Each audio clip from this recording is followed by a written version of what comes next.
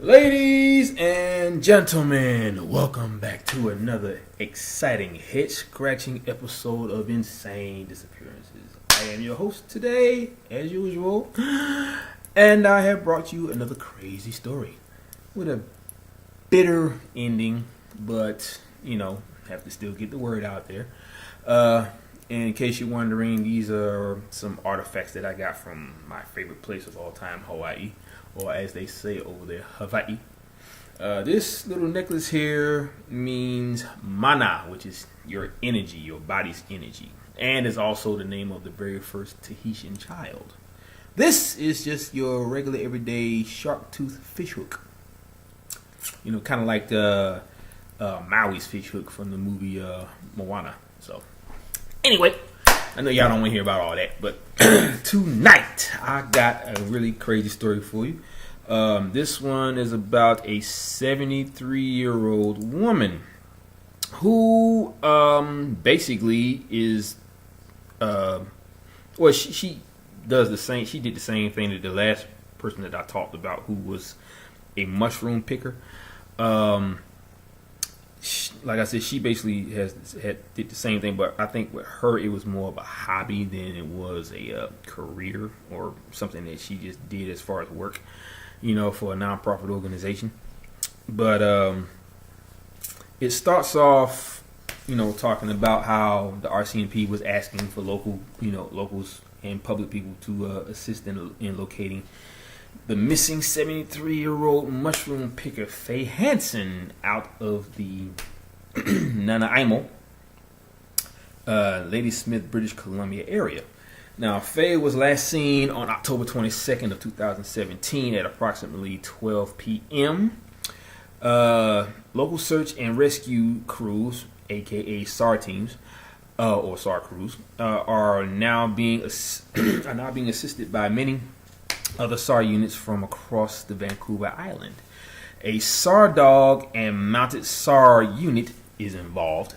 Nanaimo RCMP Police Dog Services continues to assist continues to assist in the search, which is centered approximately 5 kilometers west of the Nanaimo Airport and near where the vehicle was found on Timberlands Road. Now, the SAR co-coordinators wish to advise any hunters in the area of the presence of the SAR team, of the SAR and RCMP dogs. Also, if you want to join the search, you are welcome to do so, but you must first check in at the command post on Timberlands Road. Now, you also must be equipped for the terrain, weather, and have appropriate supplies and food. Otherwise, do not attend to the search site. Now more updates to be provided as the search continues. Now, this was a very short story about what happened to this woman, but the update entails a bitter end. But I'm going to get to this part here down at the bottom. Let's see, thank you for all of your efforts in helping us spread the word about missing people like Faye across British Columbia. We ask that you please take a moment to share these reports on all social media platforms in order to reach the broadcast local audience as possible. Now it says also we do our best to inform the general public about missing people across Canada. View all of our provincial-based websites by taking a look at our country map just below. Now, to get to the sadder part of this entire story, it says right here that it is with a heavy heart that the British Columbia Missing Reports advises that, according to media sources, the body of Faye Hanson has been discovered. Our thoughts are with her loved ones at this time. We would like to thank everyone who assisted by sharing this report. Okay. Yeah, that's. I heard about this story a couple of weeks ago, and I've been so busy with work.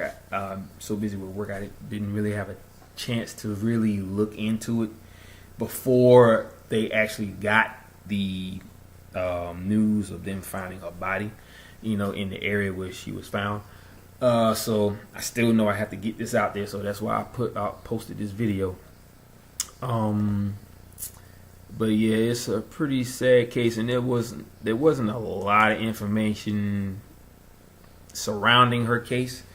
They just know that she was, a mushroom picker and all that stuff.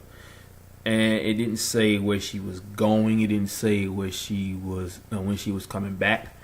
It just said that she went missing on October 22nd, 2017. Now where she was, obviously it was in the Nanaimo area. But what she was out there for, I don't know. There hasn't been any information about that, because most of these stories, they have like a detailed description of where she was going, why she was going there, what she was there to do.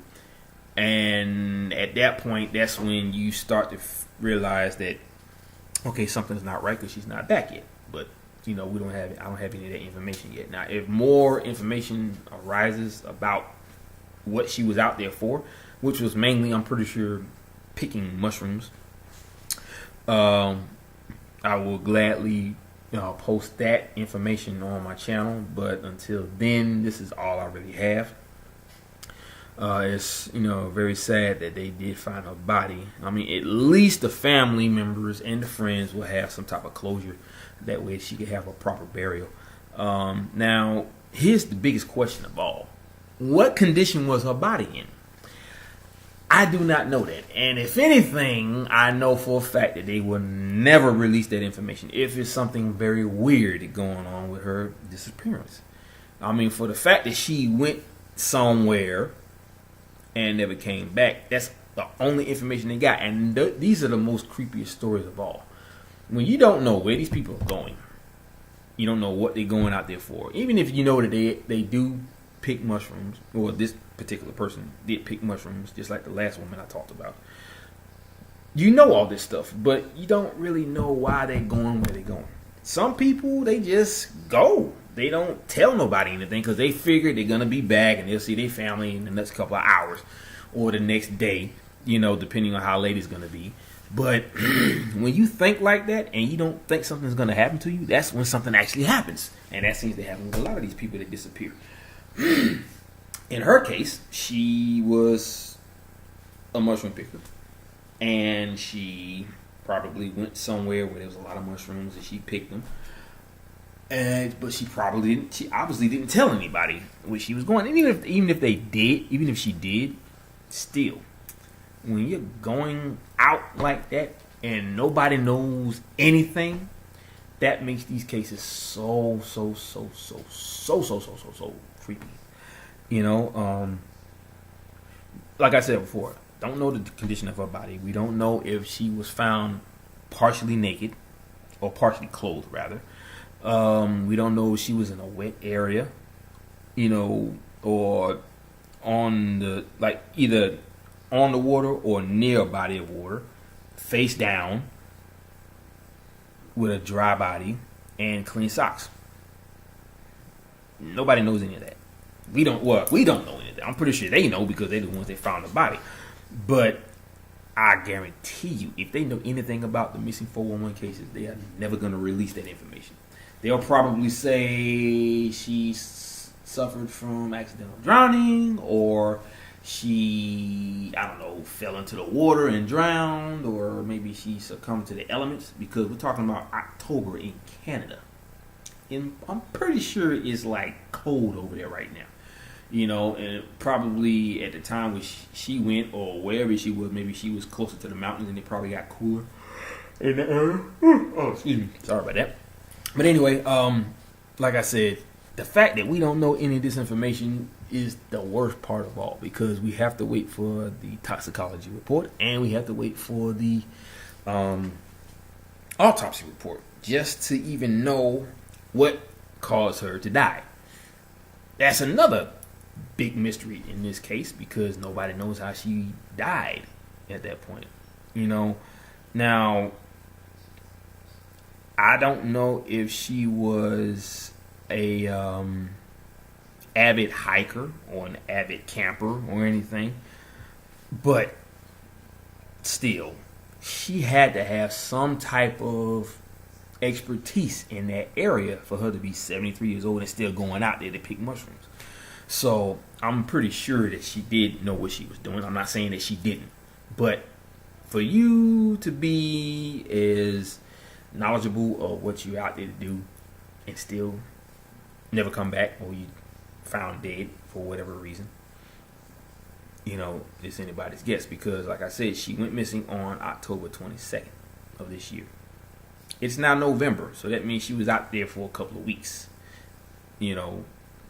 So it could be anything. It could be she succumbed to the elements, suffered from hypothermia, which is what they're gonna probably say anyway, or she didn't have enough rations and she died, just like the two people that was found dead in Joshua Tree National Park after all the searching that they did to find them. Because they said they found like wrappers of food all over the place. They were obviously eating their rations to the point where they had nothing left. And with her, I don't know if she had any rations. I don't know how much she had. Maybe she had a lot of water with her. Maybe, I don't know. But for her to be out there and never come back, here's the big thing with me. We're talking about a person that's obviously been doing this for a long time. If she was an avid mushroom picker. Okay. Now, let's look at the characteristics of all these cases. You got people who love the outdoors, who are avid hikers, campers, hunters, joggers, you name it. They've probably been doing it for years, and they love the outdoors, they love the wilderness, they love nature alone. So, they go out there to enjoy it. Okay? They have a knowledge base for that kind of stuff.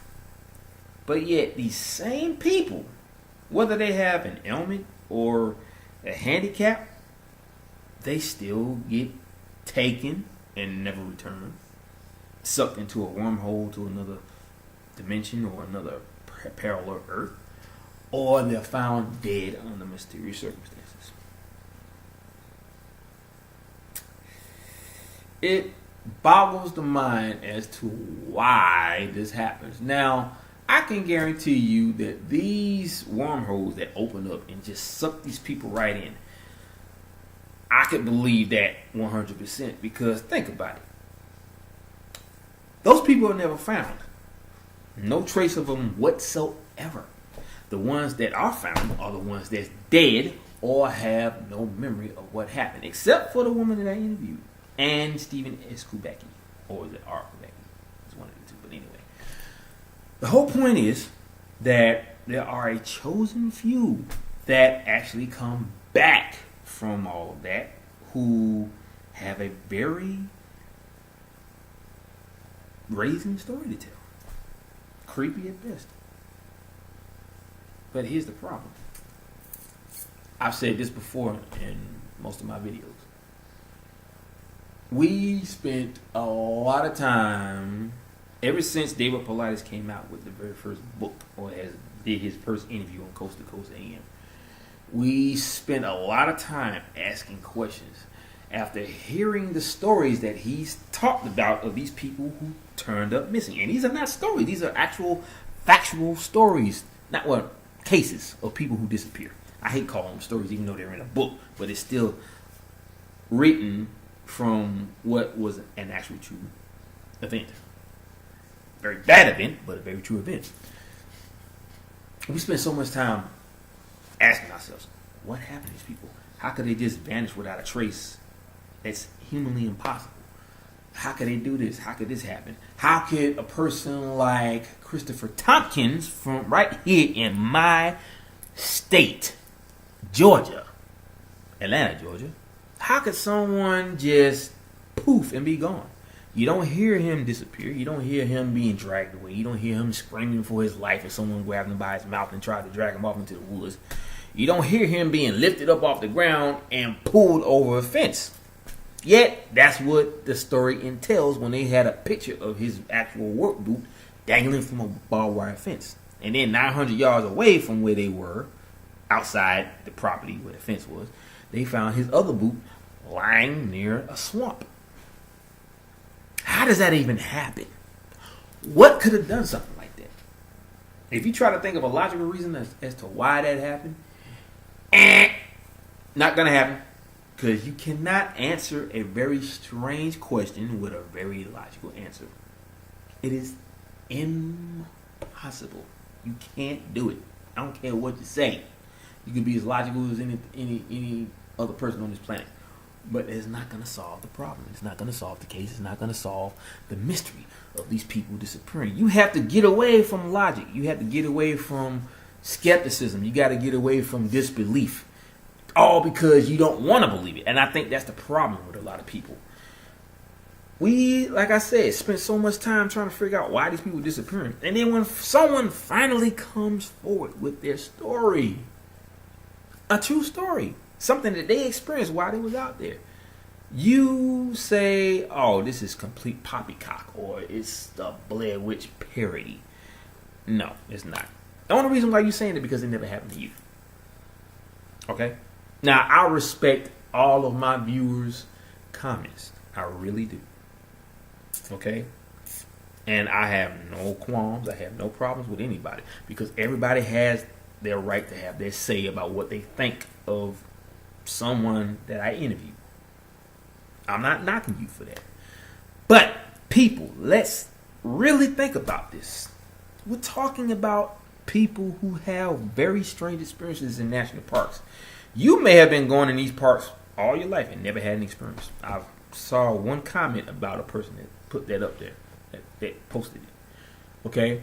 That's all well and good. But these same people that seem to disappear without a trace have been doing the same thing that you were doing all their lives, probably ever since they were kids, because their parents or their father took them out there and made them into a mountain person, or made them into this person who loves nature just as much as their father does. They've been doing it all their lives. And then out of all of those times, out of nowhere, poof, you're gone.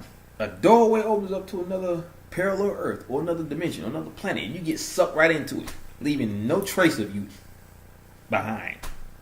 Because the gravity or the air being sucked in takes everything with you. Your belongings, your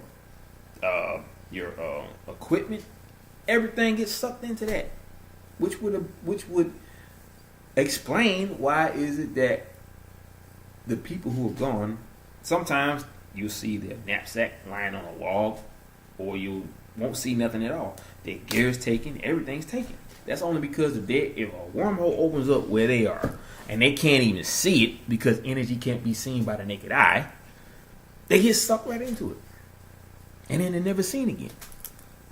Now, let's go beyond that. You get sucked into the wormhole, and you get carried or propelled onto another planet, another parallel Earth, where you may actually find your doppelganger if you search hard, or even try to think that you have one that lives there. And of course, if you understand anything about parallel Earths, people will have to basically help you get over the fact that you'll never see your family again. Help you get over the fact that they don't have the technology to actually bring you back, because wormholes are like an infinite number of slots on a roulette wheel. You drop the ball down, and it just keeps spinning, never knowing where that ball is gonna fall, where it's gonna stop at. You know, you don't have no control over that. It stops on its own. So when the ball stops, that's where the doorway opens up to another Earth. After that, that's it. There's no way for you to return. Now, if there is a technology out there that can do that, or a being that can do something like that, that's one thing. But we're not those beings. And I'm pretty sure that people from that parallel Earth are not those beings either that can do that. You know? Because if you ask me, dimensional travel is the universal language for travel. I really don't think there's a such thing as time travel because, think about it, time travel was invented because of a name that was brought up by somebody. And throughout time, I guess you got your scientists that probably correlated a formula that could say time travel is possible. I mean, with the government saying they have had the ability to travel through time, they do have the ability to travel through time where they can abduct someone and bring them back that moment before they were even taken, so it'll look like they never even left. You know, squeezing time together so that one little moment between the time you were taken and the time you were brought back is basically compressed to the point where that moment in time doesn't even exist in your mind. Now, that's just my personal opinion.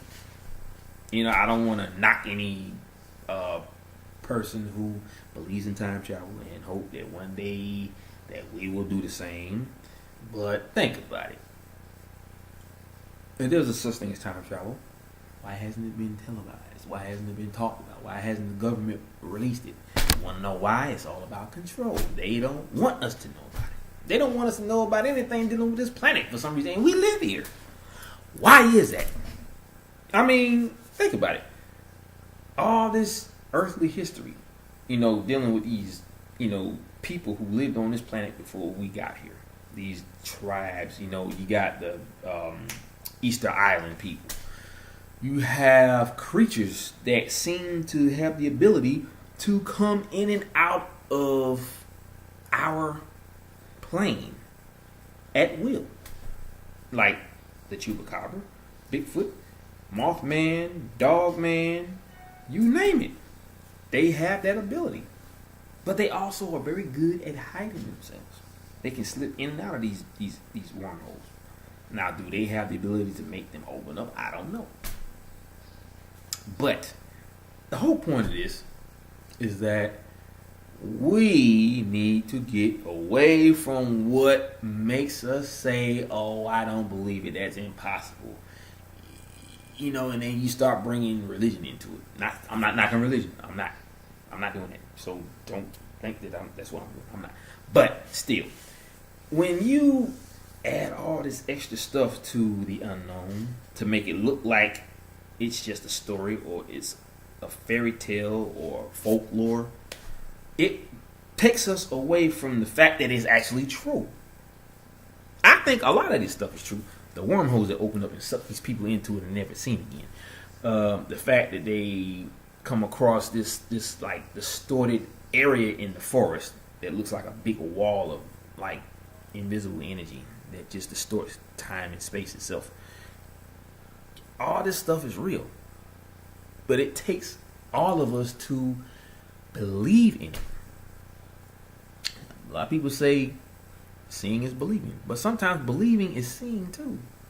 You got to believe something in order to see it. Or believe it well enough in order for it to actually be shown to you. You know? And I have experienced that myself. I can guarantee you that because I have experienced so much of the paranormal and so much of the unknown. You know, things that I never thought was actually possible really is possible. You know, the fact that I saw my guardian angel. This is a story I probably never even told anybody even on my channel. I actually saw my guardian angel face to face when I was 17. And here's how it went. I had insomnia. And I had it for 2 weeks. Never closed my eyes, not one time. And I know what you're thinking. You shouldn't even be alive right now. So obviously you didn't have insomnia. No, actually I did. Because I'm sitting right here telling you this. Trust me, I had insomnia. I never closed my eyes for 2 weeks straight. And even if I did, I could never go to sleep. I got back up. I just kept doing stuff all over the house. You know, well, my apartment at the time. Well, my mom's apartment, really. But anyway, the whole point is that I told my mom about it. She told me to read the 23rd Psalm. And so I did. And I did go to sleep that night. But before I went to sleep, got down on my knees and I prayed because my mom instilled that into me ever since I was a little boy. And I still do pray, you know. But I asked the creator that I've never seen my guardian angel before. I would love to see my guardian angel if it's possible. So, okay. Said my prayers, went to bed. I don't know how long until it actually happened, but I remember waking up to a blinding light in the center of my bedroom, right in front of my bunk bed. And I open my eyes, I look up, and I see this shimmering light just hovering in the center of my bedroom. And it looked like glowing spider webs. Because that's just how streaky it was, but it was just like shimmering all over the place. It's like moving in all different directions. And the weird part about that was it wasn't casting any light on the walls of my bedroom. That part was the one that got me. How can a light not cast light onto a wall? To me, that's definitely theoretically impossible. Or it breaks the laws of physics. Which it does. But it happened. I saw it with my own two eyes. I wasn't asleep. But I know it happened. Because, you know, when you see something that credible and years go by, even though you still think about it, it still feels like a dream after a long period of time because you don't have that vision that you had the moment when it happened. It's like you right in front of it. And I'm telling you, I was right in front of my guardian angel, his name is Peter, just in case you wanted to know.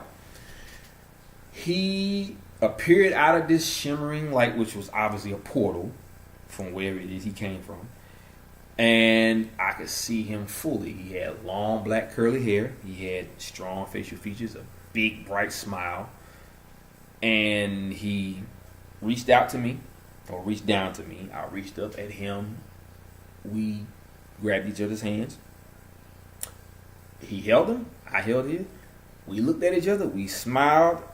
And he just vanished. Everything, the portal and him, just vanished into thin air. And right after that happened, I just said thank you and went to bed. Never had not one moment of insomnia ever since that day. So, when I tell you that the impossible is very possible, I'm telling you the truth. And that's what my channel is all about. It's about the truth. No matter how weird, no matter how unbelievable, no matter how unexplainable it is. If you have an unexplainable story, you know who to call. My information is in the description box below. Hit me up with an email and I will contact you. We can talk about up and coming interview. If you had an experience in a national park that you are still kind of confused about, call me. Hit me up with an email. Okay? I will gladly get your story out there because people deserve to know. If there's more people out there that needs to get the word out there, you need to contact me. Okay? This is what this channel is all about. Getting that information out there so that everybody can know that these things are happening. It's not just something you read in a book. It's not just something you hear from an interview on a radio station. We're talking about actual accounts. People who are opening up to an experience they had in the national park. And this is either before or after the National Park Service grills you for the information that you may have brought back from the park. Just like how they did the lady I interviewed. They hounded her every day talking about they wanted to do an interview with her so they can catch up on the things that she experienced. Then they tried to take her phone, trying to say that she was recording something on private property, yet we're talking about a public national park. How is a public national park private property? Unless you're talking about the area that she was in, which makes no sense because the whole park is supposed to be public. Right? You got people that camp there, hike there, jog there, walk, whatever. But you're going to say it's private property. Seriously? I mean, come on, man. Nobody's that dumb. And then you're going to say, we need to confiscate your phone. No, you don't. Do you have a warrant? Okay. Well, then, you have my phone. Simple as that. We all have rights, people. If they try to come at you with this crap they're trying to throw on you with, trying to act all tough and get you scared so that you just give it up, don't do it. You have rights as an American. Even if you're not American, you still got rights. Okay? That means if they don't have a warrant to confiscate your phone, they can't have it. And they expect people to get scared before they realize that they do have rights. But she didn't do that. She did everything she was supposed to do. So, all I'm saying is, once again, if you have a harrowing story to tell, to get out there, if you want the public, if you want the world to know about the experience that you had in a national park, you know where to come. Okay? Just saying. My channel was the very first channel to actually interview someone that actually came back with a full story of what happened to her. And I'm talking full memory. Okay? So, if there's anybody else out there that has a full memory of what happened, come on. Don't be scared. That's what we are here for. We're here to help you. We're here to let you tell the world what you experienced. Okay? They can't do anything to you. They can scare you. They can, well, I won't say threaten, but they will belittle you. They will make you feel like you're small, just like how they did the Dennis Martin situation. I mean, they straight up lied to that man until the day he died, a lonely, unhappy man, because his son wasn't nowhere near him, wasn't by his side. Okay, and I was very upset about that. I think this happened. I think he passed away in 2015. And that really got me, because he never found out the truth. Nobody knows the truth. They just know that they saw some hairy-looking creature standing up on his hind legs, walking away with something on his shoulder. Could it have been Dennis Martin? I don't know. When people like that are being taken, they always have an ailment or they have a handicap. And they said he was kind of slow. He had a learning disability. Okay? So, I don't know. What can I say? But anyway, guys, I hope that this video pleased you all. That's what I'm here to do, please you all, and give you the information that you need, as detailed as possible.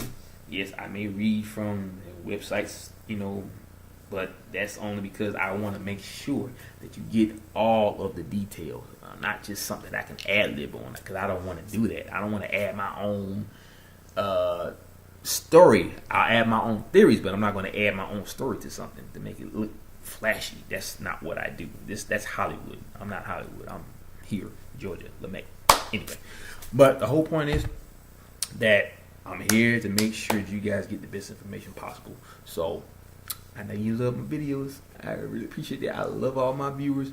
I love you guys so much. But anyway, I gotta go. I got some cookies that I baked myself from scratch. That's right. I bake. I cook.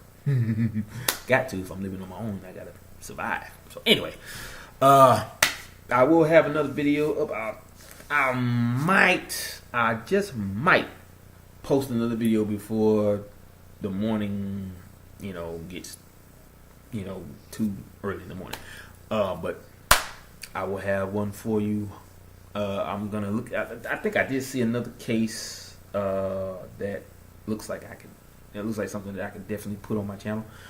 So I'm gonna check that out. I'm gonna read it over and see what I can get from it, or what I can pull from it, and then I'll see about posting another video. So you guys know what to do. Stay tuned for my notifications, and I will see you guys once again. Aloha, mahalo, and ahuiho. Peace out, guys.